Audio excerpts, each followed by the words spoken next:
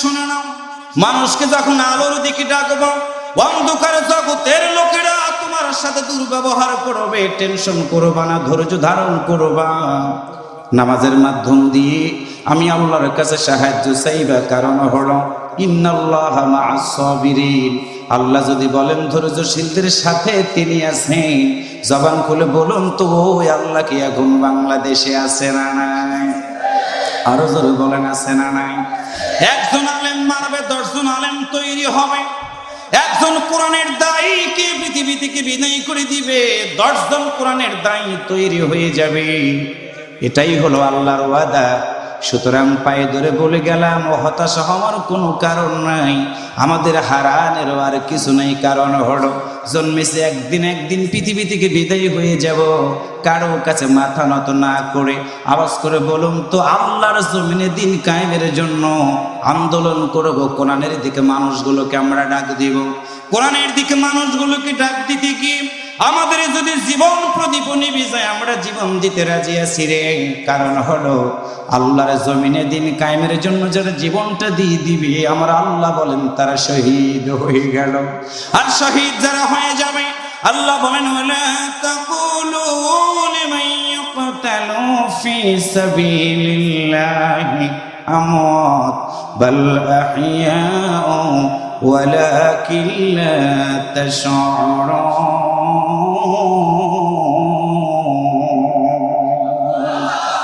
আসসালামু আলাইকুম ওয়া রাহমাতুল্লাহ। ইন্নাল হামদুলিল্লাহ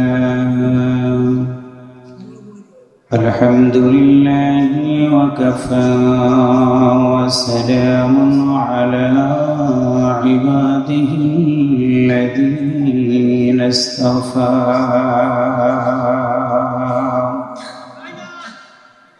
أما بعد فقد قال الله تعالى في كلامه المجيد وفرقانه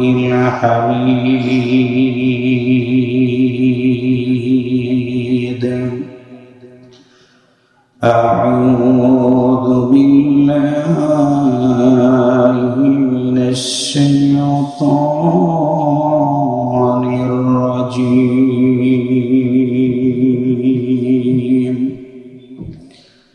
بسم الله الرحمن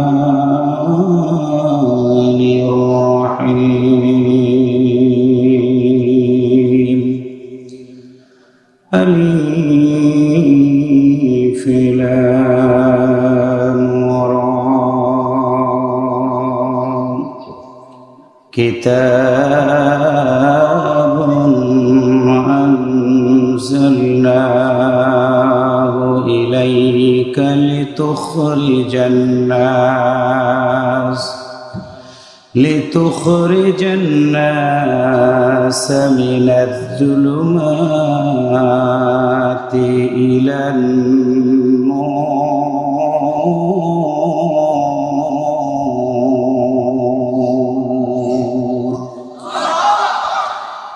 وقال رسول الله صلى الله عليه وسلم خيركم من تعلم القرآن وعلمه. وقال رسول الله صلى الله عليه وسلم بلغوا عني ولو آية. মাদ্রাসাতে ফুল ফুটেছে বন্ধু, এসো দলে দলে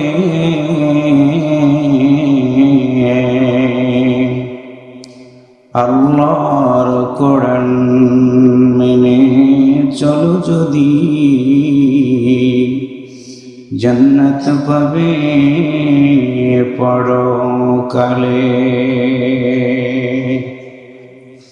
দুনিয়ার মোহে জীবন চালাও বন্ধু তুমি, চিরদিন থাকবে না রে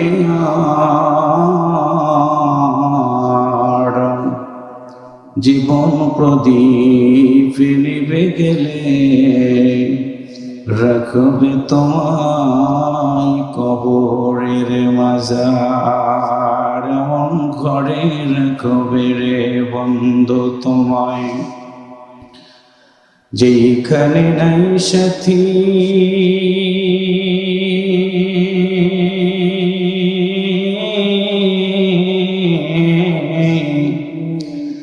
একা একা থাকবা পড়ে,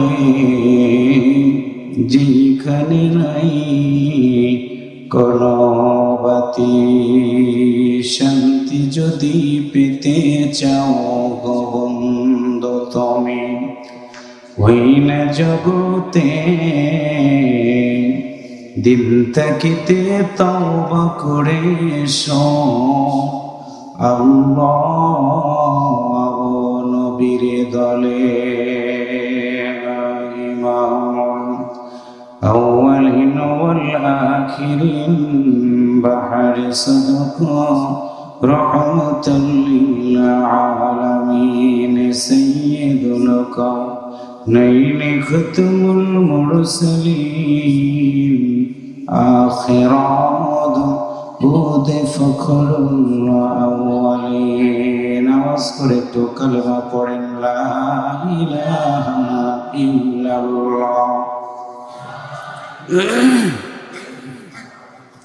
মহাব্বতে বলুন লা ইলাহা ইল্লাল্লাহ, লা ইলাহা ইল্লাল্লাহ মুহাম্মাদুর রাসূলুল্লাহ সাল্লাল্লাহু আলাইহি ওয়াসাল্লাম। বাংলাদেশের সুনামধন্য জেলা চুয়াডাঙ্গা আলমডাঙ্গা থানাধীন ঐতিহ্যবাহী এলাকা বড়গাংনী হাফিজিয়া মাদ্রাসার কমিটি কর্তৃক আয়োজিত ৪৪তম বার্ষিক ওয়াজ মাহফিলের সম্মানিত শ্রদ্ধাভাজন সভাপতি, বিশিষ্ট সমাজসেবক, বিশিষ্ট শিক্ষানুরাগী জনাব মোহাম্মদ ইব্রাহিম হোসেন সাহেব, অবসরপ্রাপ্ত বিডিআর সভাপতি অত্তর মাদ্রাসা, বারাকাল্লাহু ফি হায়াতি। আমরা একটু অন্তর থেকে আওয়াজ করে বলি আমিন, আর একটু জোরে বলি আমিন। আজকের মাহফিলে প্রধান অতিথি হিসেবে উপস্থিত থাকার সবাই সম্মতি জ্ঞাপন করেছেন জনাব মোহাম্মদ নাসিম মঈন শিমুল মিয়া, শ্রদ্ধাভাজন বিশেষ অতিথি জনাব আবু তাহের আবু, আজকের মাহফিলের সম্মানিত আমন্ত্রিত ওলামা ইকরামগণ।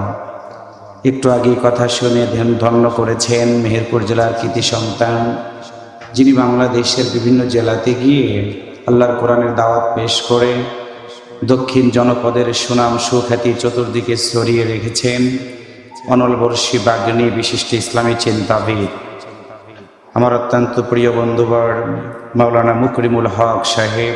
কথা শুনিয়েছেন মাওলানা জুলফিকার আলী, কথা শুনিয়েছেন মাওলানা ইমদাদুল হাসান জিহাদি সহ অন্যান্য হযরত উলামা ইকরামগণ। এই মাহফিলের সুযোগ্য উপস্থাপক, ম্যানেজিং কমিটির সকল সদস্য ভাইয়েরা, বিভিন্ন রাজনৈতিক দলের নেতৃবৃন্দ, ইসলামী আন্দোলনের বিভিন্ন পর্যায়ের দায়িত্বশীল ভাইয়েরা, প্রশাসনের দায়িত্বে নিয়োজিত আছেন আলমডাঙ্গা থানার পুলিশ ভাইয়েরা, পর্দার আড়ালে উপস্থিত হয়ে আছেন সম্মানিতা শ্রদ্ধা মা এবং বোনেরা। মানুষ তৈরি করার অন্যতম একটি প্রতিষ্ঠান হাফিজিয়া মাদ্রাসা। সেই বড়গাংনী হাফিজিয়া মাদ্রাসার উদ্যোগে আজকের এই বাৎসরিক ওয়াজ মাহফিলের আলোচনার শুরুতেই জানাচ্ছি আপনাদেরকে আন্তরিক অভিনন্দন, মোবারকবাদ। শুকরিয়া আদায় করছি মহান আল্লাহর দরবারে, যিনি আমাদেরকে আজকে পর্যন্ত ভালো রেখেছেন, সুস্থ রেখেছেন, দোকানে বাড়িতে ক্যারাম বোর্ডে না রেখে কুরআনুল কারীমের মাহফিলে যিনি বসার সুযোগ দান করে দিয়েছেন, সেই মহান মালিকের দরবারে শুকরিয়া আদায় করার জন্য অন্তর থেকে বলি আলহামদুলিল্লাহ। একটু আওয়াজ করে বলি আলহামদুলিল্লাহ। রব্বানা লাকাল হামদ হামদান কাসীরান তাইয়িবান মুবারাকান ফীহি দরুদ ও সালাম জানাচ্ছি প্রিয় নবীর প্রতি, যিনি আমাদের নবী এবং নেতা, সাইয়্যিদুল মুরসালিন, খাতামুন নবিয়্যিন ওয়া রাহমাতুল লিল আলামিন। একটু মারহাবা বলেন। আজকের মাহফিল থেকে সেই রাসূলকে জানাই দরুদ ও সালাম। সবাই বলি সাল্লাল্লাহু আলাইহি ওয়াসাল্লাম। প্রিয় ভাইরা, কেমন আছেন আপনারা? আওয়াজ শুনে মনে হচ্ছে আপনাদের তাবারকের খুব দরকার। সভাপতি সাহেব, তাবারক কি আছে? তাইলে তো কষ্ট হবে আপনাদের, যে অবস্থা দাঁড়িয়েছে, জান যায় যায় ভাব। আমরা কি তাবারকের জন্য মাহফিলে আসি? একসাথে বলেন, আসি। কোরআন শুনতে এসেছি মানার নিয়েতে। জিজ্ঞাসা করেছি কেমন আছেন, কেউ বলেছেন ইনশাআল্লাহ, কেউ বলেছেন ভালো আছি, কেউ বলেছেন আলহামদুলিল্লাহ, আবার কেউ তো চুপ করেই বসে আছেন। একটু দেখি কণ্ঠটা কেমন, কিছুক্ষণ যদি থাকা যায় থাকবো, নইলে বাড়িতে তো যাওয়ার জন্য প্রস্তুতি। এরকম মানসিকতা আপনাদের কি আছে? একসাথে বলেন, আছে। আমার মুকরিমুল ভাই, উনি যে স্পিডে কথা বলে, ওর মতো আমি যদি স্পিডে কথা বলি, আমার মনে হয় হাতের অঙ্গ প্রত্যঙ্গগুলো খুলে যাবে। আল্লাহ ওরে দিয়েছে, পারেও। একটু মারাবা করতে ইচ্ছা করে না? আমাদের কণ্ঠটা ভেঙে যায়, কিন্তু ওর কণ্ঠটা আমি কখনো দেখিনি ভেঙে গেছে। আলহামদুলিল্লাহ, তাহলে বড় নেয়ামত দিয়েছে। প্রিয় দিনী ভাই সাহেব, আমাদের হাবিব ভাই সহ মুসাইনগর, এরপরে আসমানখালী থেকে বিভিন্ন জায়গা থেকে অনেক মানুষ এখানে এসেছেন, বসেছেন। আপনারা আমার সম্পর্কে জানেন, যেই মাহফিলে যাই, যতটুকু সময় কথা বলি, একটা বিষয় নিয়ে কথা বলার চেষ্টা করি। আজকের বিষয়টা হলো, যেহেতু একটি হাফিজিয়া মাদ্রাসার উদ্যোগে 6টা সন্তানের মাথায় পাগড়ি দিলাম, I believe that must be sure today or tomorrow Islamic revolution in the world, Islamic revolution in the country. সেদিন বেশি দূরে নয়, যেদিন এই জমিনে এই সন্তানদের নেতৃত্বে কোরআনের পতাকা পথ পথ করবে, উড়বে ইনশাআল্লাহ। জোরে বলেন। কারণটা হলো, যেই হাফেজে কোরআনদের মাথায় পাগড়ি দিলাম, ওরা হচ্ছে এই সমাজের মধ্যে সর্বোচ্চ দামি ব্যক্তি। দুঃখজনক হলেও সত্য, এই সন্তানদেরকে আমরা সম্মানিত করতে জানি না। না জানার কারণে আমরা তাদের সাথে ভালো আচরণ করি না। একটু তথ্য আপনাদেরকে দিই, যে আপনারা একটু খুশি হবেন। আমি টেলিভিশনে কথা বলি। আজকে সূরা ইব্রাহিম থেকে আমি একটি আয়াত তেলাওয়াত করেছি। মোট আয়াত সংখ্যা 52, উপসংখ্যা 7। নাজিল হয়েছিল বিশ্বনবী সাল্লাল্লাহু আলাইহি ওয়াসাল্লামের মাক্কি জিন্দেগিতে সূরাটি। সেখানকার আমি প্রথম নাম্বার একটি আয়াতের অংশ তেলাওয়াত করেছি। কেন করলাম? কারণটা হলো, আজকে বাংলাদেশ সহ গোটা পৃথিবীটা অন্ধকারের দিকে ধাবিত হচ্ছে। আলোর প্রদীপ টিপ টিপ করে জ্বলছে, কিন্তু আমরা সেই আলোটা নিতে পারছি না। তার প্রমাণ হলো, গাজার নিরীহ মুসলমানদেরকে প্রতিদিন বম্বিং করে ইসরায়েলের হানাদার বাহিনীরা হত্যা করে আমাদের ভাইদেরকে, আল্লাহর ঘর মসজিদগুলোকে, এরকম মাদ্রাসাগুলোকে ধুলার সাথে মিশিয়ে দিচ্ছে। কিছু আওয়াজ করে বলুন, কথা ঠিক না ভাইয়েরা? আমরা কথা বলতে পারি না। আপনি কি তাকিয়ে দেখেছেন, শীত গেল প্রচণ্ড, গাজার কোটি কোটি টাকার সম্পদের মালিক, তাদের সন্তানগুলো রাস্তার উপরে শুয়ে আছে, তাদের গায়ে কোনো কাপড় নেই। আপনার সন্তান 2 বেলা 3 বেলা করে খাবার পায়, আপনি কি জানেন? তাদের পরিধেয় বস্ত্র নেই। 3-4টা দিন হলো তাদের পেটে কোনো খাবার নাই। আকাশ থেকে যখন একটা করে বিমান থেকে কোনো খাবারের বস্তু পড়ে, 1 প্যাকেট খাবারের জন্য 1000 লোক পিছন দিকে দৌড়ায়। আপনি কি ভেবেছেন, আপনার সন্তান যখন আপনাকে আব্বা বলে ডাক দেয়, পাগলের মতো হয়ে গিয়ে সন্তানটাকে বুকের সাথে জড়িয়ে ধরেন? আপনি কি জানেন, গাজার সন্তানগুলো বাবাকে হারিয়ে ফেলেছে। একটা পরিবারের 10 জন সদস্য, 9 জন চলে গেছে, 1 জন পৃথিবীতে বেঁচে আছে। ওর আর্তনাদ আমাদের মতো মানুষগুলোর কানে আসে না। যেই সময় গোটা পৃথিবীর হৃদয়ের এক হয়ে গিয়ে মুসলমানদেরকে নির্বিচারে হত্যা করে, গুলি করে বিদায় করে দিচ্ছে, এমনই সময় আজকের এই কোরআনের মাহফিলে বসে আজকে আমাদের ভেদাভেদ ভুলে যেতে হবে। আল উলামা ওয়ারাসাতুল আম্বিয়া, নবীর ওয়ারিস তৈরি হচ্ছে এই মাদ্রাসা থেকে। 6টা ছাত্রের মাথায় আমরা হাফেজে কোরআনদেরকে পাগড়ি দিলাম। শুধু আজকে এই 6টা না, বাংলাদেশে আজ থেকে 4 দিন আগে তুরস্কে কোরআন তেলাওয়াতের প্রতিযোগিতা অনুষ্ঠিত হয়েছিল। সেখানে হাফেজ মুতাসিম বিল্লাহ তুরস্কে আল্লাহর কোরআন তেলাওয়াত করে গোটা বিশ্বের মধ্যে 103টা দেশের ভিতরে 102টা দেশকে পিছনে ফেলে আমার বাংলাদেশের সন্তান প্রথম স্থান অধিকার করেছে। মারহাবা করতে ইচ্ছা করে না? হাফেজ জাকারিয়া, হাফেজ সালেহ আহমেদ তাকরিম, হাফেজ নাজমুস সাকিব, হাফেজ আবু হুরায়রা থেকে শুরু করে, হাফেজ আবু রায়হান থেকে শুরু করে অসংখ্য আলেম, বাংলাদেশের সন্তান বিদেশের মাটি দিকে কোরআন তেলাওয়াত করে প্রথম স্থান অধিকার করে। কিন্তু রাষ্ট্রীয়ভাবে আমরা তাদেরকে সম্মান জানাইতে পারি না। একজন খেলোয়াড় যখন খেলার মধ্য দিয়ে তারা ফার্স্ট হয়, সেকেন্ড হয়, থার্ড হয়, হোক ক্রিকেটের খেলা, হোক পুরুষদের ফুটবল খেলা, হোক মহিলাদের ফুটবল খেলা অর্জন করে তারা যখন দেশের মাটিতে আসে, অনেক এমপি মন্ত্রীরা এতিমের মতো তাকিয়ে তাকিয়ে তাদেরকে সংবর্ধনা দেয়।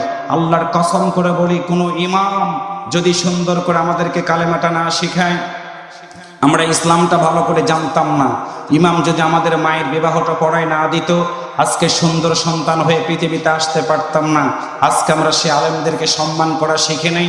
আজকের এই মাহফিল থেকে আপনাদের কাছে একটা আহ্বান রাখতে চাই, গোটা পৃথিবীর হুদিরা এক, গোটা পৃথিবীর খ্রিস্টানেরা এক, গোটা পৃথিবীর নাসারারা এক হয়ে যেই সময় কোরআনওয়ালা মানুষগুলোকে ধরছে, কোরআনওয়ালা মানুষগুলোকে পৃথিবী থেকে বিদায় করার ষড়যন্ত্র করছে, আজকের এই মাহফিলে 6 জন হাফেজে কোরআনের মাথায় পাগড়ি দেওয়ার মধ্য দিয়েই প্রমাণিত হয়।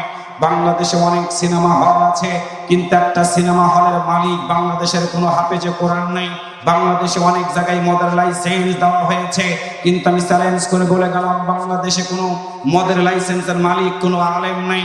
বাংলাদেশে অনেকগুলো চুরি হয়, ডাকাতি হয়, রাহাজানি হয়, কিন্তু বাংলাদেশের কোনো আলেম চুরি করে জেলখানার ভিতরে গিয়েছে, নারী ধর্ষণ করে তারা গ্রেপ্তার হয়েছে, এমন কোনো রেকর্ড নেই। যেই সময়, এমন সময় আজকের এই মাহফিল থেকে দীপ্ত কণ্ঠে আমরা শপথ নিয়ে বাড়িতে ফিরে যাব।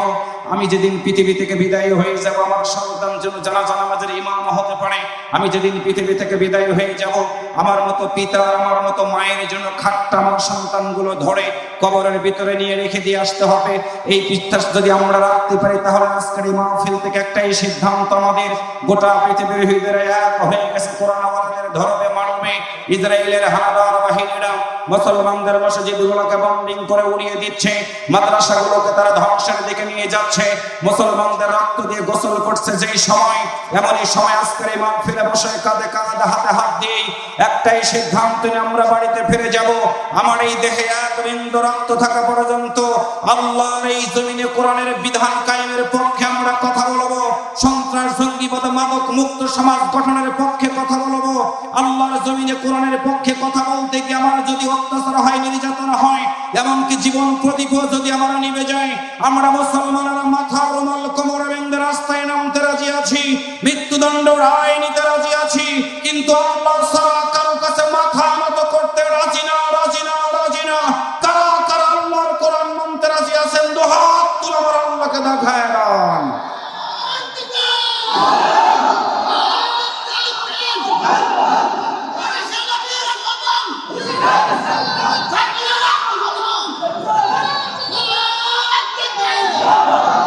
হাত নামান। এই যে আমরা বললাম একটু আল্লাহু আকবার, আওয়াজ করে বলুন তো, আল্লাহু আকবার বলাতে খুশি হয়েছে কে? একটু কথা বলুন, খুশি হয়েছে কে? রাগ করেছে কে? আল্লাহ রাগ করেছে? 11টার পরে মাইক পেলে তো এই অবস্থায় হয় আর কি। আওয়াজ করে বলুন তো, আল্লাহু আকবার বললে খুশি হয় কে? রাগ করে কে? আর শয়তান কি চুয়াডাঙ্গা জেলায় আছে? এই এলাকায় আছে? আমার মনে হয় না। কারণ হলো, শয়তান আল্লাহরে কয়, আল্লাহ এমন একটা দেশে তুমি আমার দায়িত্ব দিয়েছো, যেই দেশে আমার দরকার নাই, অনেক বড় বড় শয়তান জায়গা বেজাগায় বসে আছে। একটু কথা বলেন, ঠিক না ভাইরা? আসল শয়তানের কাছে মাথা নত করবো না। যতদিন বাঁচবো কোরআনের পক্ষে থাকবো, যতদিন বাঁচবো নাইবে রসুলদের পক্ষে থাকবো, যতদিন বাঁচবো মাদ্রাসার পক্ষটা গ্রহণ করে আমার জীবন চালাবো। আল্লাহ কবুল করুক, একসাথে বলি আমিন। এই 2 হুজুর 3 হুজুর একটু চেয়ার নিয়ে আপনারা বসেন। আপনারা যদি দাঁড়ান তাহলে ওয়াজ করবো কাদেরকে নিয়ে? টুপির সাথে মনে হয় মিল নাই নাকি? সেদিন এক জায়গায় ওয়াজ করতে গেছি, সভাপতি সাহেব বলছেন, আমার কয় হুজুর আপনি যে টুপি পড়েছেন এই টুপি আলাদের আকীদা ঠিক নাই। আমাকে বলতেছে, বললাম আপনার আকীদা ঠিক আছে? কয় হুজুর আমার আকীদা ঠিক আছে। আমি বললাম তাহলে কি ওয়াজ শুনতে আসছেন টুপি দেখে? বলে হুজুর হ্যাঁ, টুপিতে যদি মিল থাকতো আমি ওয়াজ শুনতাম, টুপিতে মিল নেই, আমি উঠলাম। বললাম দাঁড়ান, একজন একটা ব্লেড নিয়ে গিয়ে ওনার একটু আঙ্গুল কাটেন তো, আর যেতে দেয় না। বললাম একটু আঙ্গুলটা কাটেন। কয় হুজুর কাটবেন কেন? বলে আমি দেখবো কেটে আঙ্গুলের রক্ত যখন কাটবেন রক্তের রং হবে কি। আচ্ছা বলুন তো, আপনারা যারা বসে আছেন, আপনার যদি হাতের একটা আঙ্গুল কাটা যায় রক্তের রং হবে কি? এই যে বিডিআর মানুষ ক্ষমতায় ছিল, অনেক দিন পুলিশ হয়ে, আর্মি হয়ে, র্যাব হয়ে শাসন কার্য পরিচালনা করে, তাদের যদি একটু আঙ্গুল কাটেন রক্তের রং হবে কি? আমাদের হাবিব ভাই ওনার যদি একটু আঙ্গুল কাটা যায় রক্তের রং হবে কি? তাহলে সেটা হবে লাল। হুজুর তখন বুঝে গেল যে অন্যরকম তো ভাব। দ্বিতীয় বললাম, আচ্ছা আপনি তো মরবেন। কয় হ্যাঁ মরবো। বললাম বিশ্বাস করেন? বলে বিশ্বাস করি। আমি বললাম মরে যাওয়ার পরে কাফনের কাপড় যে দিবে সেদিন কি আপনারটা একরকম আমারটা কি আলাদা? কয় না সেটাও ঠিক আছে।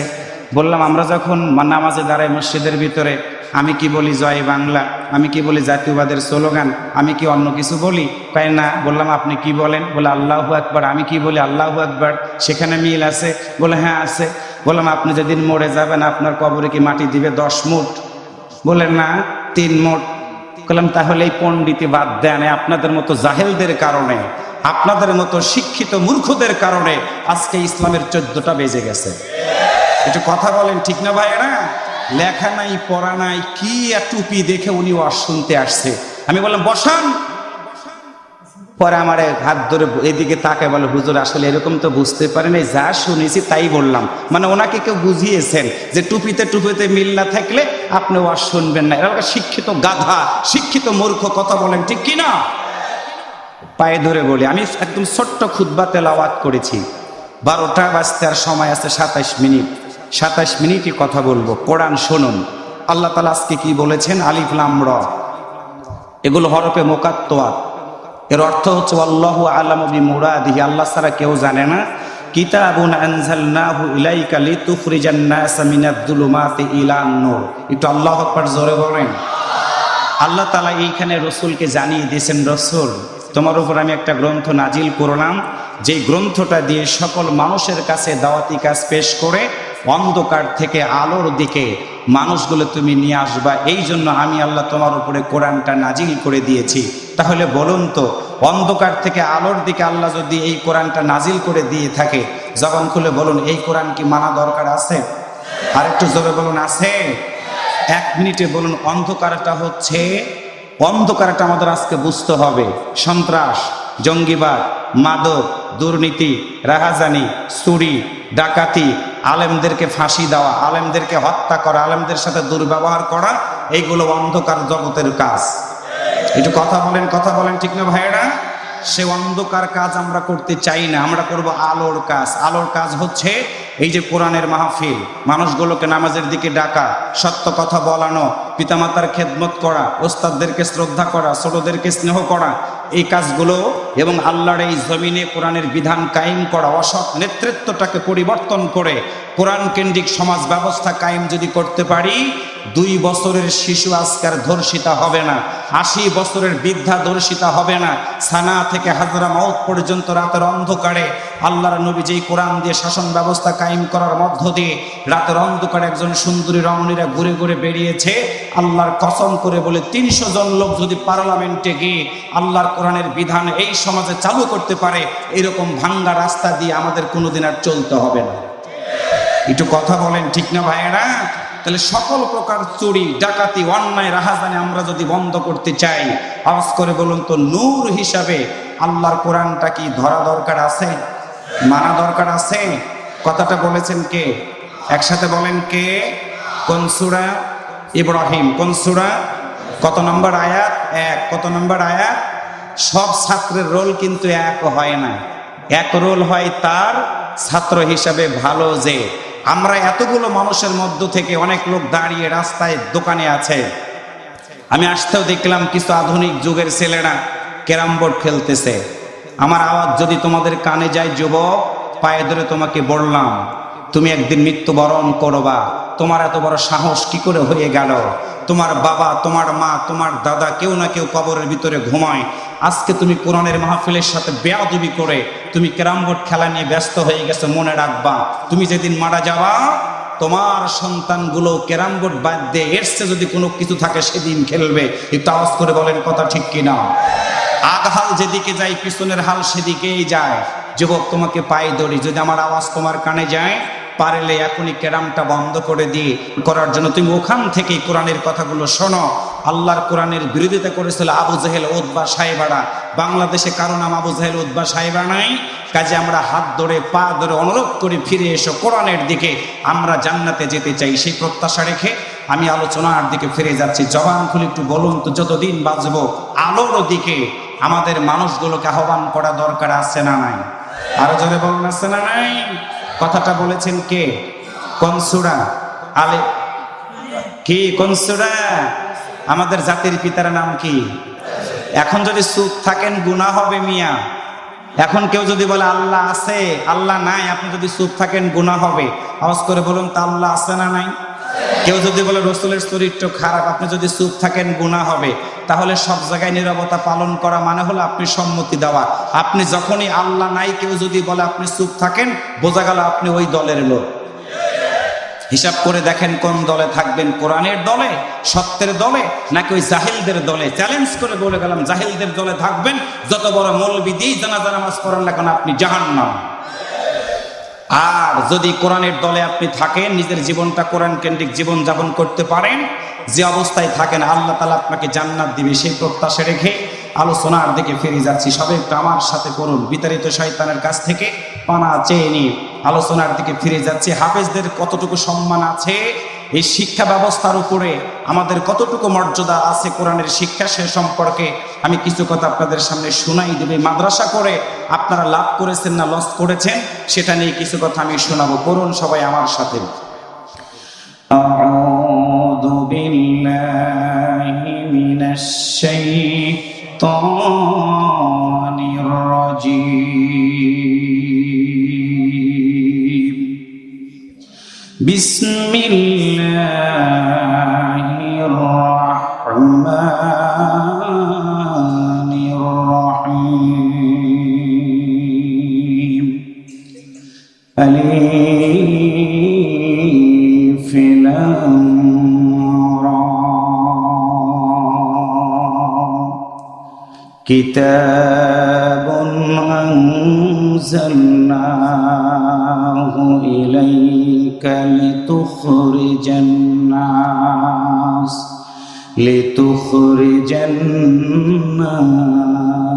মিনাজ-যুলুমাতি ইলান-নূর।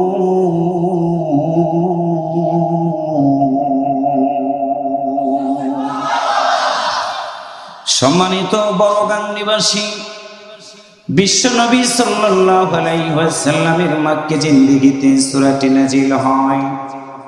হৃদয় দিয়ে কথাগুলো শুনবেন। বিশ্বনবীর জীবনী সম্পর্কে আমরা মুসলমানেরা জানি না। আল্লাহর নবী 40 বছর বয়সে কোরআন পেয়ে গেল। প্রথম আয়াত নাজিল হয়ে গেল, ইকরা বিসমি রাব্বিকাল্লাযী খলাক। বন্ধুরে পড়ো তোমার প্রভুর নামে, যেই প্রভু তোমাকে সৃষ্টি করেছেন। আলমডাঙ্গার ভাইয়েরা, প্রথম কিন্তু আমার আল্লাহ নামাজের আয়াত নাজিল করে দেয় নাই, রোজার আয়াত নাজিল করে দেয় নাই। প্রথম আয়াত নাজিল হয় ইকরা, পড়ো। কেন পড়বা? পড়লে তোমার জ্ঞান হয়ে যাবে। জ্ঞান দুই প্রকার, একটা হলো ভালো জ্ঞান আর একটা হলো খারাপ জ্ঞান। আওয়াজ করে বলুন তো, এই বড় গাম্যার যে যুবকেরা মানুষের দাঁড়ে দাঁড়ে গিয়ে কোরআনের মাহফিলের আয়োজন করলো, এই কাজটা কি ভালো না খারাপ? আরো জোরে বলেন। কোরআনুল কারীম সূরা হামিম আস-সাজদা আয়াত নাম্বার 33 ভালো কাজ সম্পর্কে আল্লাহ সুন্দর করে বলে দিলেন, আমান আহসানু কাওলাম মিম্মান দাআ ইলাল্লাহি ওয়া আমিলা সালিহান ওয়া ক্বালা ইন্নানি মিনাল মুসলিমিন।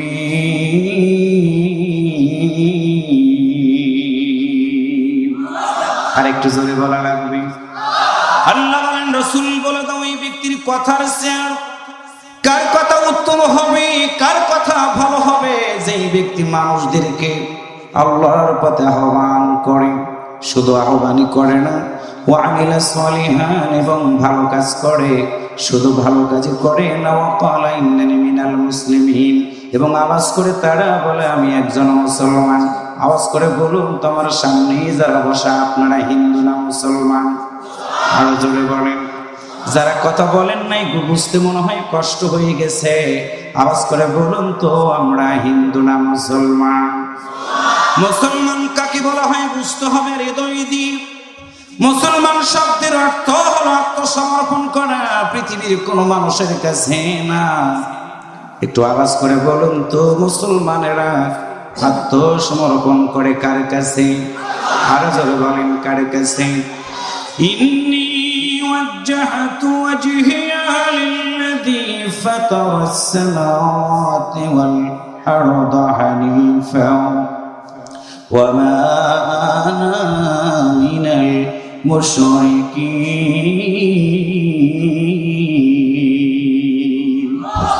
মুমিন যারা হবে মুশরিকদের অন্তর্ভুক্ত হবে না।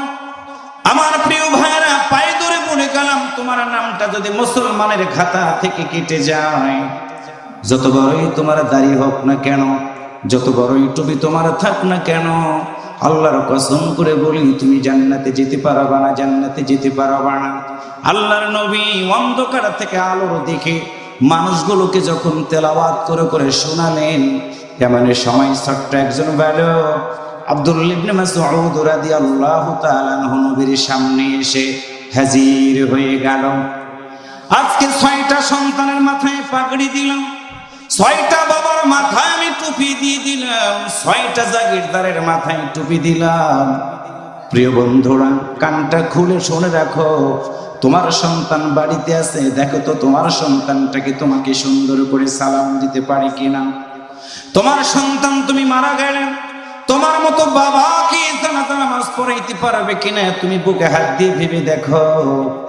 কিন্তু যেই 6টা সন্তানের মাথায় পাগড়ি দিলাম, পাগড়ি দিলাম, আল্লাহর কসম করে বলি রে, আপনার মতো বাবা যেদিন মারা যাবেন, ওই সন্তানগুলো আপনার মতো বাবার লাশটা সামনে নিয়ে চোখের পানি ছেড়ে দিয়ে দিয়ে মালিকের দরবারে কেঁদে কেঁদে বুকটা ভাসায় দিবে।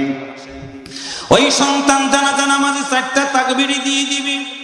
4টা তাকবীর দেওয়ার পরে চোখের পানি ছেড়ে দিয়ে যখনই বলবে রব্বির হামহুমা কামা রাব্বায়ানি সগীরা, আল্লাহ তখন ডাকদা বলবে, বান্দারে কাঁদিস না, কাঁদিস না, যা যা, তোর চোখের পানি নাকের ডগায় আসে রে গি, আমি আল্লাহ তোমার পিতা মাতারও কবর আযাব মাফ করে দিয়ে দিলাম। আল্লাহর বান্দার কাটা হেরে ক্ষান্ত কেন কমল তুলিতে, দুঃখ বিনা শুকুলা বহাই কি মহিতে। তুমি একদিন থাকবা না, তুমি মরে যাওয়ার পরে তোমার বাড়ি তোমার গাড়ি সব থেকে যাবে, কিছুই তোমার সাথে হবে না। পৃথিবীর মানুষ তোমাকে ভুলে যাবে। টাকা আছে, মানুষ আছে, ক্ষমতা আছে, মানুষ আছে, ক্ষমতা নাই, তোমার 4 পয়সার কোনো দাম নাই। একটা আওয়াজ করে বলেন, কথা ঠিক কিনা? আল্লাহর নবীর একজন সাহাবী নাম আব্দুল্লাহ ইবনে মাসউদ, ছোট্ট মানুষ, বিশ্ব নবীর কাছে এসে চোখের পানি ছেড়ে দিয়ে বলল, ইয়া রাসূলুল্লাহ, আপনি বলেছেন অন্ধকার থেকে মানুষগুলোকে আলোর দিকে আসার জন্য আহ্বান করেছেন গো নবী, আমি আপনার ডাকে সাড়া দিয়ে দিলাম। আল্লাহর কসম করে বলি, কালেমা পড়ে মুসলমান হয়ে গেছি গো নবী। আপনি বলেন তো, অন্ধকার থেকে আলোর দিকে আমি যেমন আসলাম, আপনি কি বলবেন না অন্ধকার থেকে আলোর দিকে আমিও মানুষগুলোকে একটু আহ্বান করতে চাই? একটু আল্লাহু আকবার জোরে বলেন।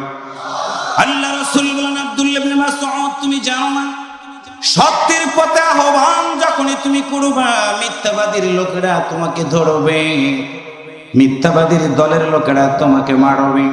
আব্দুল্লাহ ইবনে মাসউদ, তুমি ছোট মানুষ, আমি নবী তোমারে নিষেধ করে দিলাম, মানুষগুলোর কাছে গিয়ে তুমি কোরআনের দাওয়াতটা দেওয়ার চেষ্টা করো না।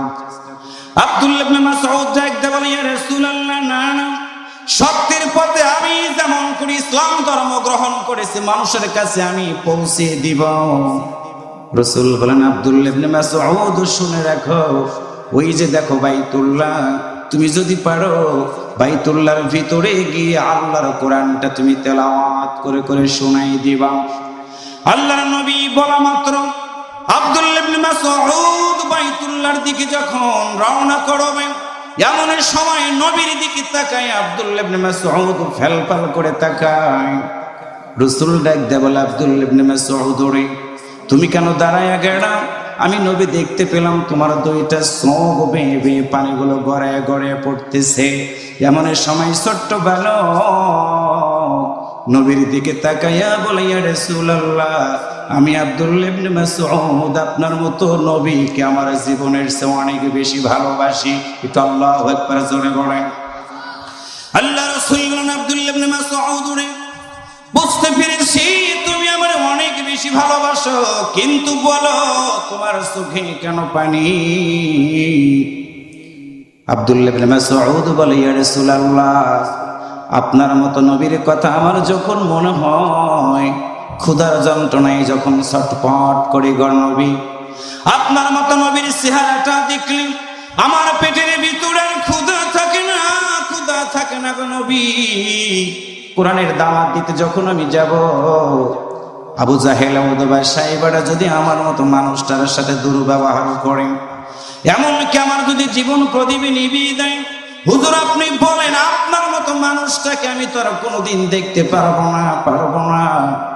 বিশ্ব নবী আমার আব্দুল্লাহ ইবনে মাসউদকে জড়ায় ধরলেন, বুকের সাথে তুলে নিয়ে বলেন, মাসউদ রে, আমি নবী তোমার জন্য একটা দোয়া করে দিয়ে দিলাম, যাও যাও, আল্লাহর কোরআনের জন্য, দ্বীনের জন্য তোমার জীবনটা যদি নিভে যায়, আমি নবী তোমারে কথা দিয়ে দিলাম, আল্লাহর জান্নাতের ভিতরে তোমার মতো আব্দুল্লাহ ইবনে মাসউদের সাথে আমি নবী একসাথে থাকার জন্য তুমি সুযোগ পেয়ে যাওয়া। আর একটু জোরে বলেন। আল্লাহর নবী কথাটা বলা মাত্র ছোট্ট মানুষ একটা দৌড় দিয়ে দিলেন। ও মুসলমানেরা, বুঝবা ভালো করে, তোমার বয়স আজকে 30, 40, 50 বছর হয়ে গেল, তুমি কোরআনের দিকে মানুষগুলোকে ডাকো না। ইমাম বলেছিলেন, ইয়া আইয়ুহান নাবিয়্যু হাসবুকাল্লাহু ওয়া মান ইত্তাবা'আকা মিনাল মুমিনিন। আর একটু জোরে বলুন আল্লাহু আকবার। আল্লাহ বলেছেন, ইয়া আইয়ুহান নাবিয়্যু হাসবুকাল্লাহ, হে নবী কোরআনের দাওয়াত দাও তুমি। ডান দিকে কেউ নাই, বাম দিকে কেউ নাই, সামনে কেউ নাই, পিছনে কেউ নাই, সবাই তোমার বিরোধিতা করবে, কিন্তু হাসবুকাল্লাহ, আমি আল্লাহ কথা দিলাম, হাসবুকাল্লাহ, আমি আল্লাহ তোমার জন্য যথেষ্ট। ওয়া মান ইত্তাবা'আকা মিনাল মুমিনিন, বন্ধুরে, তোমার মতো নবীর যারা ইত্তিবা করবে, আমি আল্লাহ তাদের জন্য যথেষ্ট। আজকে কমিটির ভাইদেরকে আমি জানাই দিয়ে গেলাম, মুতামিমকে জানাই দিয়ে গেলাম, কোরআনের আয়াত নাজিল করে যে আল্লাহ তাআলা নবীকে সান্ত্বনা দিয়েছেন, হাসবুকাল্লাহ। মাদ্রাসা করেছেন, কারো কাছে মাথা নত করার দরকার নেই। ফাতাওয়াক্কালু আলাল্লাহ, লা তাহজান, ইন্নাল্লাহা মা'ানা, লা তাকনাতু মির রাহমাতিল্লাহ। আল্লাহর সাহায্য যখন আসবে, মাতা নাসরুল্লাহ, মানুষগুলো দলে দলে দেখবেন মাদ্রাসার পক্ষে হয়ে যাবে। মাদ্রাসার পক্ষে যখনই হয়ে যাবে, মনটা ভালো হয়ে যাবে, টেনশন করবেন না। কারণ হলো, আমাদের কোনো কিছুর যদি প্রয়োজন হয়, কোনো নেতার পিছনে, কোনো মানুষের পিছনে গিয়ে চামচাগিরি না করে, শেষ রাত্রিতে যায় নামাজে দাঁড়ায়া আওয়াজ করে বলুন তো, মালিকের দরবারে কি আমাদের ডাক দেওয়া দরকার আছে না নাই? ইয়া আইয়ুহাল্লাযীনা আমানু ইসতাঈনু বিস-সাবরি ওয়াস-সালাত, ইন্নাল্লাহা মা'আস-সাবিরিন।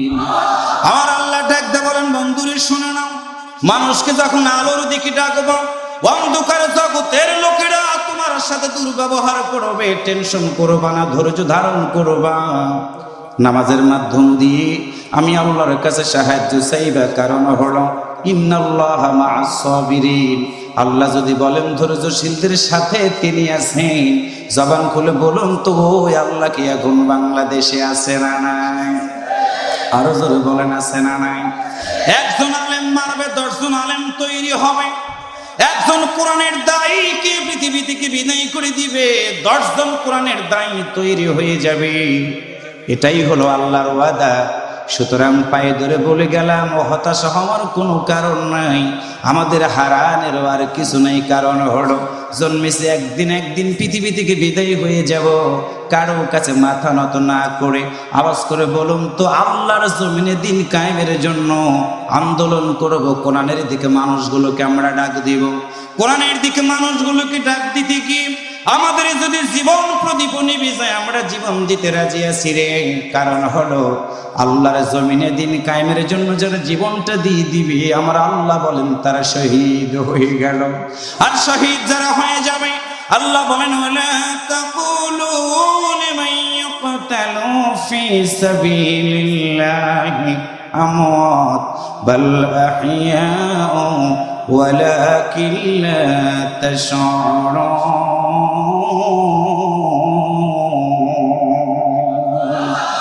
ভুলব না ভোলা যায় নাকি বীর শহীদানির স্মৃতি, ভুলব না ভোলা যায় নাকি বীর শহীদানির স্মৃতি। রক্ত দিয়ে জীবন দিয়ে, রক্ত দিয়ে জীবন দিয়ে জ্বালালে দ্বীনের বাতি। আল্লাহু আকবার কইতে ইচ্ছা করে না? আর একটু জোরে বলুন আল্লাহু আকবার। ভুলব না ভোলা যায় নাকি বীর শহীদানির স্মৃতি, রক্ত দিয়ে জীবন দিয়ে জ্বালালে দ্বীনের বাতি।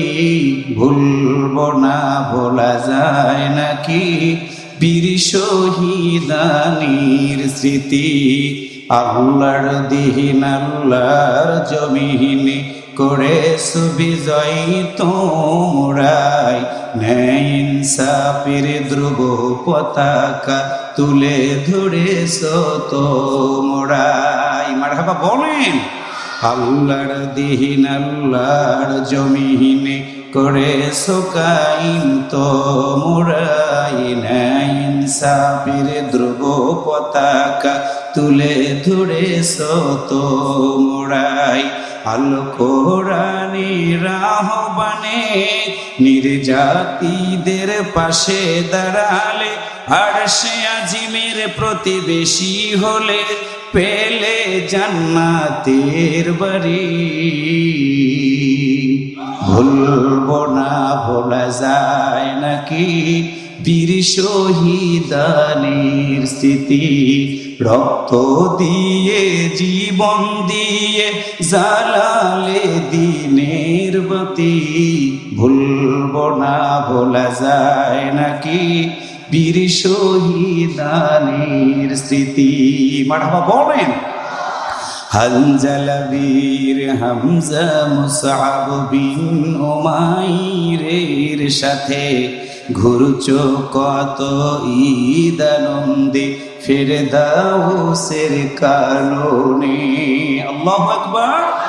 হানজালা বীর হামজা মুসআব বিন উমাইরের সাথে ঘুরছ কত ঈদ আনন্দে ফেরদাউসের কারণে। শাহাদাতের খুন রাঙ্গা পথে চলছি সদা চলব ছোটে, নিখতির কোন ভীতি আমাদের হয়তো শহীদ নয় হব গাজী। ভুলব না বলা যায় নাকি বীর শহীদানির স্মৃতি, রক্ত দিয়ে জীবন দিয়ে জ্বালালে দ্বীনের বাতি। ভুলব না ভোলা যায় নাকি বীর শহীদানির স্মৃতি, ভুলব না ভোলা যায় নাকি বীর শহীদানির স্মৃতি। আরেকটু জোরে বলুন মারহাবা। সন্ত্রাস, জঙ্গিবাদ, মাদক, ইফটিজিং, দুর্নীতি, রাহাজানি, চগলখড়ি, সকল প্রকার অন্যায় থেকে আমাদের যুব সমাজগুলোকে আমরা যদি মুক্ত করতে চাই, মুসলমানের মতো আওয়াজ করে বলুন তো আল্লাহর এই কোরআনের দরকার আছে না নাই? আরো জোরে বলুন আছে না নাই? কেমনে সম্ভব? একটা যুক্তি দিয়ে আলোচনা শেষ করে দেব। সেটা হলো, মসজিদ ঘর, আল্লাহর ঘরের ভিতরে আমরা যখন ঢুকি, আমাদের হাবিব ভাই ঢুকে গেল মসজিদের ভিতরে, সভাপতি সাহেব এক্স বিডিআর উনিও ঢুকে গেল। হঠাৎ করে এই রাস্তা দিয়ে চেয়ারম্যান সাহেব যাচ্ছিলেন, নামাজের সময় হয়ে গেল, তিনিও তার গাড়িটা ব্রেক দিয়ে মসজিদের ভিতরে ঢুকে গেলেন। আচ্ছা বলুন তো, চেয়ারম্যান সাহেব কি বলবে আমার পাশে হাবিব কেন, আমার পাশে বিডিআর কেন? চেয়ারম্যান সাহেব যেখানে দাঁড়িয়ে আছেন সেখানে একটু জায়গা ফাঁকা আছে। হঠাৎ করে রাস্তা দিয়ে ভ্যান চালাইতে গিয়ে ভ্যানওয়ালা মানুষটা চিন্তা করে দেখলো আমারও তো সালাত আদায় করা দরকার। তিনি ভ্যানটা ব্রেক দিয়ে সারা গা ঘেমে গেছে, গায়ে দুর্গন্ধ, সেই দুর্গন্ধওয়ালা ঘাম নিয়ে মসজিদের ভিতরে ঢুকে চেয়ারম্যান সাহেবের পাশে যখন নামাজে দাঁড়ায়, বলুন তো চেয়ারম্যান সাহেব কি বলে, এই ভ্যানওয়ালা ভাই তুমি আমার কাছ থেকে ফাঁকে থাকো, আমি চেয়ারম্যান দাঁড়িয়েছি, আমার কাছে দাঁড়ালা কেন? এই কথা কি কেউ বলে? একটু জবান খুলে বলুন, বলে? তার মানে কি মসজিদের ভিতরে কোনো দলাদলি নাই, ভেদাভেদে নাই, ধনী নাই, গরিব নাই, লম্বা নাই, খাটো নয়। মসজিদের ভিতরে একটা বিধান শুধু চলে, আল্লাহর বিধান। আওয়াজ করে বলুন, মসজিদের ভিতরে বিধানটা চলে কার? আর একবার বলেন। ওই মসজিদে যদি গন্ডগোল না হয়, তাহলে যুবক তোমাকে পায়ে ধরে বলি, সেই কোরআনের দাওয়াত আমরা তোমাকে দিচ্ছি। কেন বিড়ি খাও, কেন গাঁজা খাও, কেন ইয়াবা খাও, কেন হিরোইন খাও? আজকে বন্ধু হয়ে বন্ধুকে হত্যা করতেছে তারা, যে সকল যুবকদের সিনার ভিতরে আল্লাহর কোরআনটা নাই। কক্সবাজার আমি কয়েকদিন আগে ওয়াজ করে আসলাম। কক্সবাজারে দুইজন বন্ধু বেড়াইতে গিয়েছিল, পরিকল্পিতভাবে বন্ধুটাকে হত্যা করে সেই বন্ধুকে পাহাড়ের গর্তের ভিতরে লুকিয়ে রেখে দিয়েছে। বাবার কাছ থেকে কয়েক লক্ষ টাকার মুক্তিপণ দাবি করে নিয়েছে। বাবার কাছ থেকে টাকা নেওয়ার পরও সেই বন্ধুকে ফেরত দেয় নাই। খোঁজ খবর নিয়ে দেখলাম তারা কলেজে পড়ে। পায়ে ধরে বলে, যুবক কলেজে পড়ো, ইউনিভার্সিটিতে পড়ো, কোরআনটা তোমার সিনার ভিতরে যদি থাকে, তাহলে তোমার বন্ধু তোমাকে কোনোদিন খারাপ দিকে নিতে পারবে না। যুবক তোমাকে আমি জানাই দিচ্ছি, আজকে শুনে নাও, তাফসীর মাহফিলে বসে তোমাকে বলে দিয়ে গেলাম, যেই বন্ধু তোমাকে বিড়ি দেয় সে তোমার বন্ধু না। আজকে ছাত্র জীবনে ছাত্রদের সাথে আমাদের দূরত্ব তৈরি হয়ে যাচ্ছে। ছাত্ররা আজকে মুরব্বীদেরকে সম্মান করা ভুলে গেছে। আজকে ছাত্ররা আমাদের চোখের সামনে মুরব্বীদের সামনে হাত প্যান্ট পরে পরে ঘোরে, এমন যুবক আমাদের দেশে আছে না নাই? কথা বলেন, আছে না নাই? যুবক তোমাকে আমি সতর্ক করে আজকে বলে গেলাম পায়ে ধরে, ছাত্র জীবনে বান্ধবী কোনো শব্দ চলবে না। ছাত্র জীবনে একটাই শব্দ, রিড অ্যান্ড রাইট। তুমি পড়বা আর লিখবা, এটাই তোমার দায়িত্ব। তোমার মা তোমার বাবা কামলা বিক্রি করে তোমার মতো সন্তানটাকে মানুষ করার জন্য স্কুল কলেজ ইউনিভার্সিটিতে পাঠায়, আর তুমি স্কুল কলেজে গিয়ে পড়াশোনা বাদ দিয়ে বন্ধু বান্ধবের পিছনে ছুটে তুমি তোমার জীবনটাকে অতিবাহিত করো, মাদকের সাথে জড়িত হও।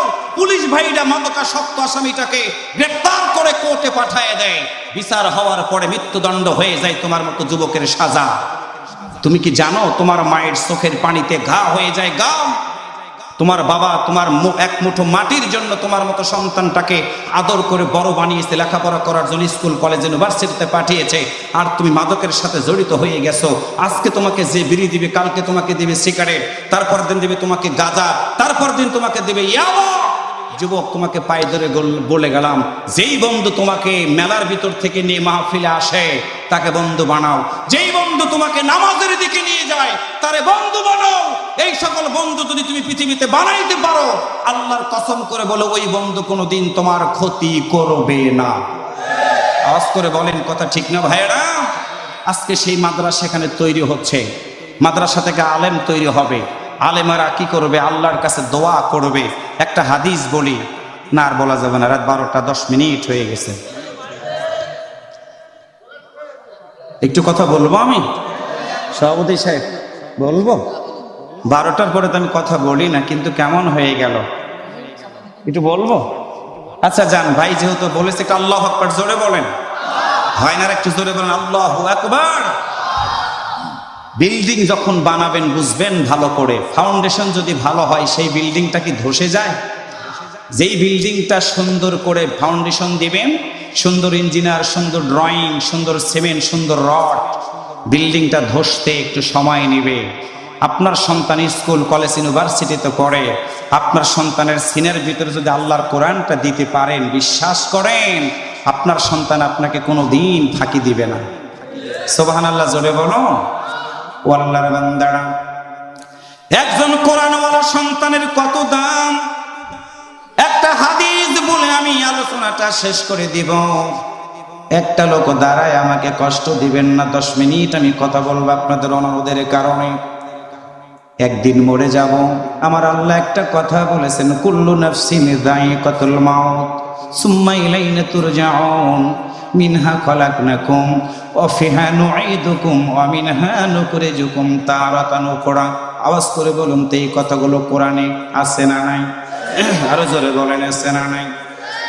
কিয়ামতের ময়দান যেদিন শুরু হয়ে যাবে, আজকে চুয়াডাঙ্গার মানুষ আপনারা সূর্যের তাপ যদি বেশি ওঠে, মাঠের ভিতরে গেলে আমরা ছাতা নিয়ে যাই। শীত কয়েকদিন আগে বেশি ছিল, জ্যাকেট পরলাম, চাদর পরলাম, দামি আমরা কাপড় পরে বিছানাতে ঘুমাইছি। আল্লাহর কসম করে বলি রে ভাই, পৃথিবীর সূর্যের তাপের চেয়ে লক্ষ লক্ষ কোটি কোটি গুণ তাপ হবে সেই দিন। আমার আল্লাহ তাআলা যেদিন আমার মতো আপনার মতো মানুষগুলোকে বিচার করা শুরু করে দিবি।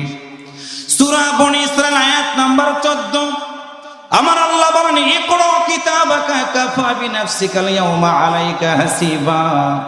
বান্দারে, আজকে তোমার আমলনামাটা তুমি তেলাওয়াত করো। তোমার আমলনামাটা দেখে দেখব তোমার আমলনামা দিয়ে তুমি কি জান্নাতে যেতে পারবা, আমি আজকে দেখব।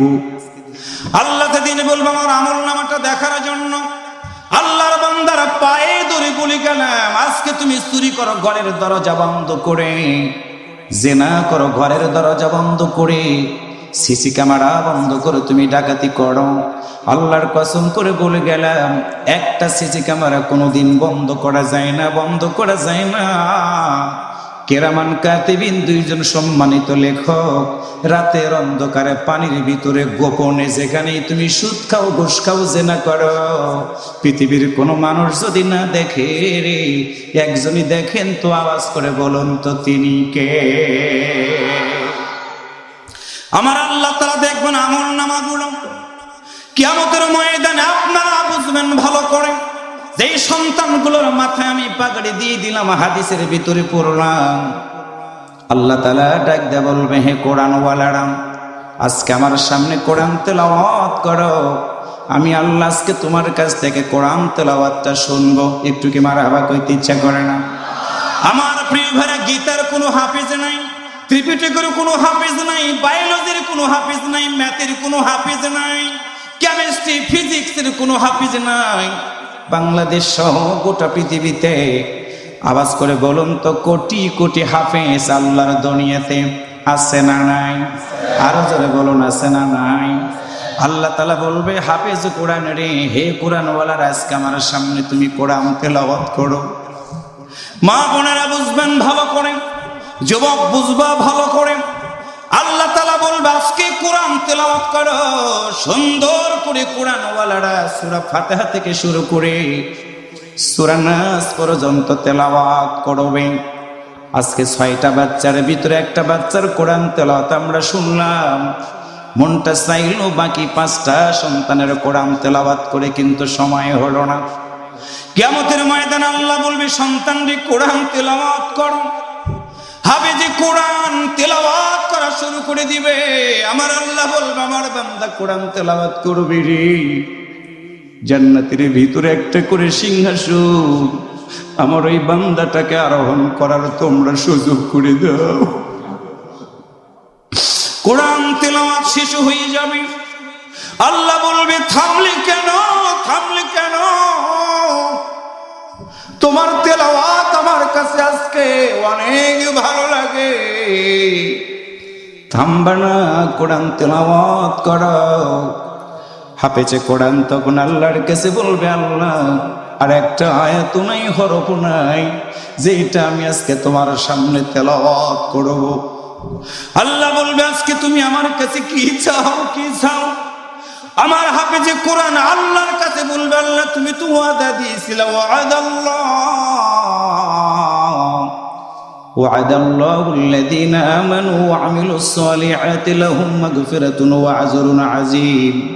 আল্লাহ তুমি তো ওয়াদা দিয়েছিলে যারা ঈমান আনবে আমলে সলে করবে তুমি তাদের গুনাহ খাতাগুলো মাফ করে জান্নাত দিয়ে দিবা। আল্লাহ আজকে আমি তোমার কাছে সেই জান্নাত চাই, জান্নাত চাই। আল্লাহ বলবে হাফেজে কোরআন রে যা যা, আজকে তোরে আমি জান্নাত দিয়ে দিলাম। জান্নাতি ফেরেশতারা হালান সাহালান জানায়া হাফেজে কোরআন সন্তানটাকে জান্নাত পর্যন্ত নিয়ে যাবে, জান্নাতের দরজাতে দাঁড়াবে, জান্নাতের হুরিরা বলবে জান্নাতের ভিতরে ঢোকো, জান্নাতের ভিতরে ঢোকো। এমন সময় হাফেজে কোরআন জান্নাতের দরজাতে দাঁড়ায়া থমকে যাবে, জান্নাতের ফেরেশতাকে বলবে আজকে আমি জান্নাতের ভিতরে ঢুকবো না। ফেরেশতারা বলবে আল্লাহ তোমার এই বান্দাটা জান্নাতের ভিতরে ঢুকবে না, ঢুকবে না। আল্লাহ বলবে কেন জান্নাতের ভিতরে ঢুকবে না জানো? ফেরেশতারা বলবে বলো আজকে কেন তুমি জান্নাতের ভিতরে ঢুকবা না?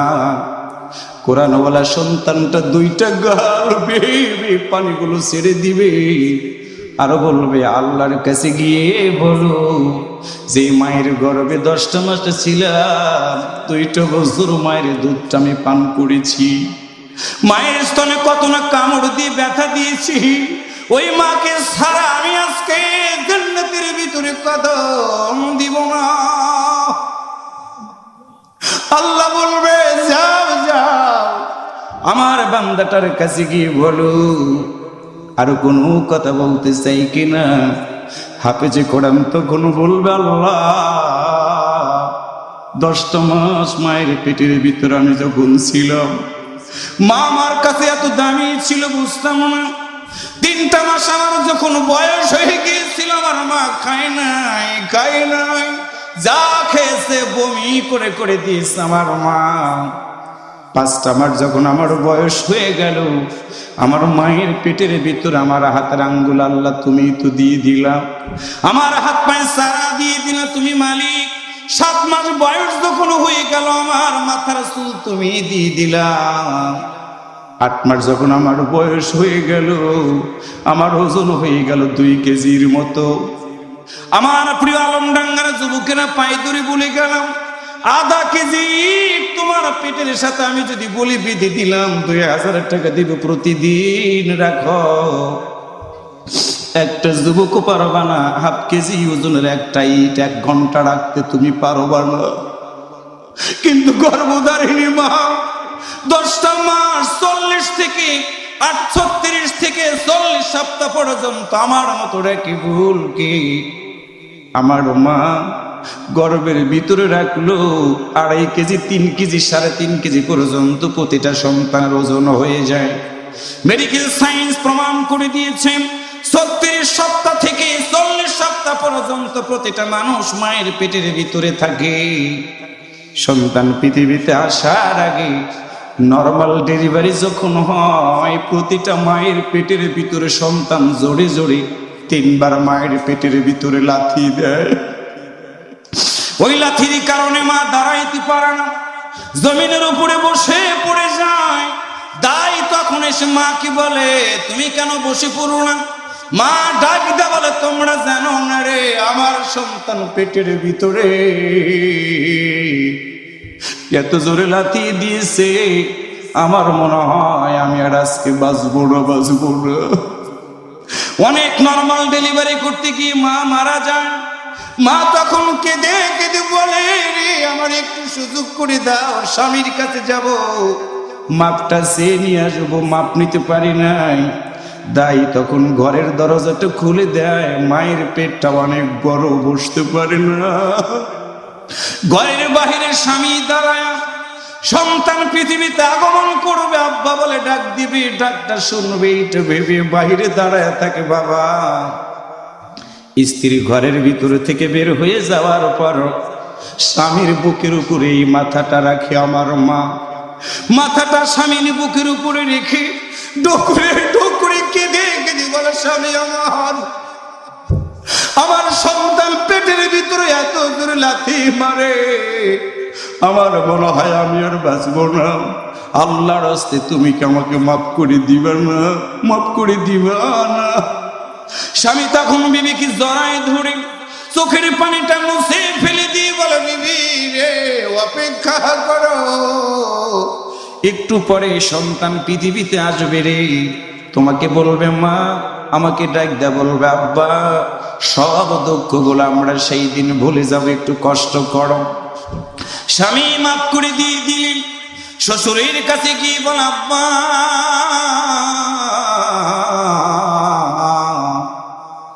সন্তান প্রসব করতে গিয়ে কত মা মারা যায়, আল্লাহর রাস্তায় আপনার কাছে আমি মাফ চাইলাম আব্বা, মেহেরবানি করে আপনি আমাকে মাফ করে দেন।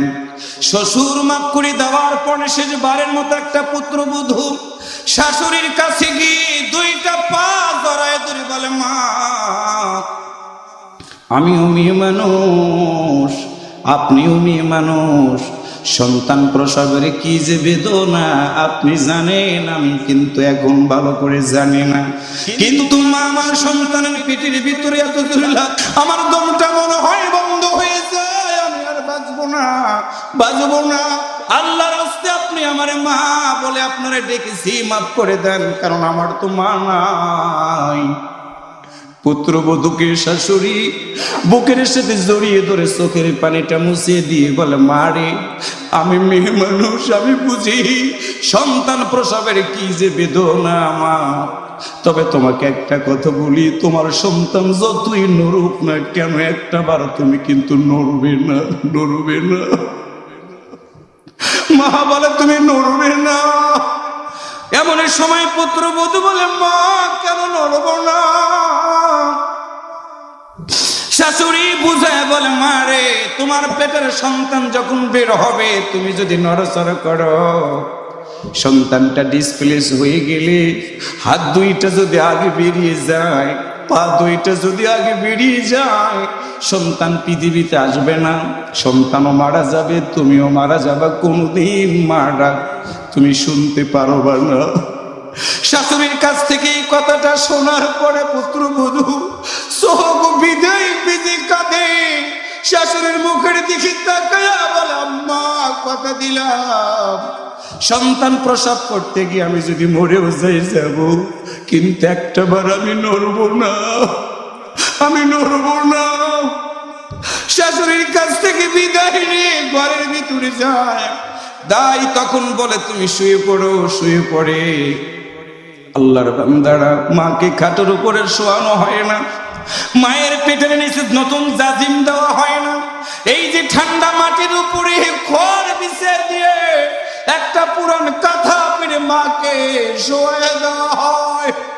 দুইটা হাত ধরে রাখে, দুইটা পা ধরে রাখে। যখন আমরা সন্তান বুঝি না রে পৃথিবীতে আসবো, মায়ের পেটের ভিতরে জোরে যখন লাথি মেরে দেই, লাথি মা সইতে পারে না। মা সইতে না পেরে জিব্বাটা মা মুখের ভিতর থেকে বের করে দিয়ে দাঁতের নিচে মা জিব্বাটা ফেলে দেয়। মা জিব্বা কামড় দিয়ে থাকে আর জ্ঞানটা হারিয়ে ফেলে। একের পরে এক আমরা 3টা বার লাথি মারি। মায়ের পেটের ভিতরকার পর্দাটা ফেটে গেল, জরায়ুটা ফাঁকা হয়ে গেল। মেডিকেল সায়েন্স প্রমাণ করে দিয়েছে একটা নরমাল ডেলিভারি করার সময় প্রতিটা মা 1.5 থেকে 2 লিটারের মতো তাজা রক্ত মায়ের শরীর থেকে বের হতে থাকে। ওই রক্তের স্রোতের মাধ্যম দিয়ে আজকে আমাদের মতো সন্তান পৃথিবীতে আসে রে।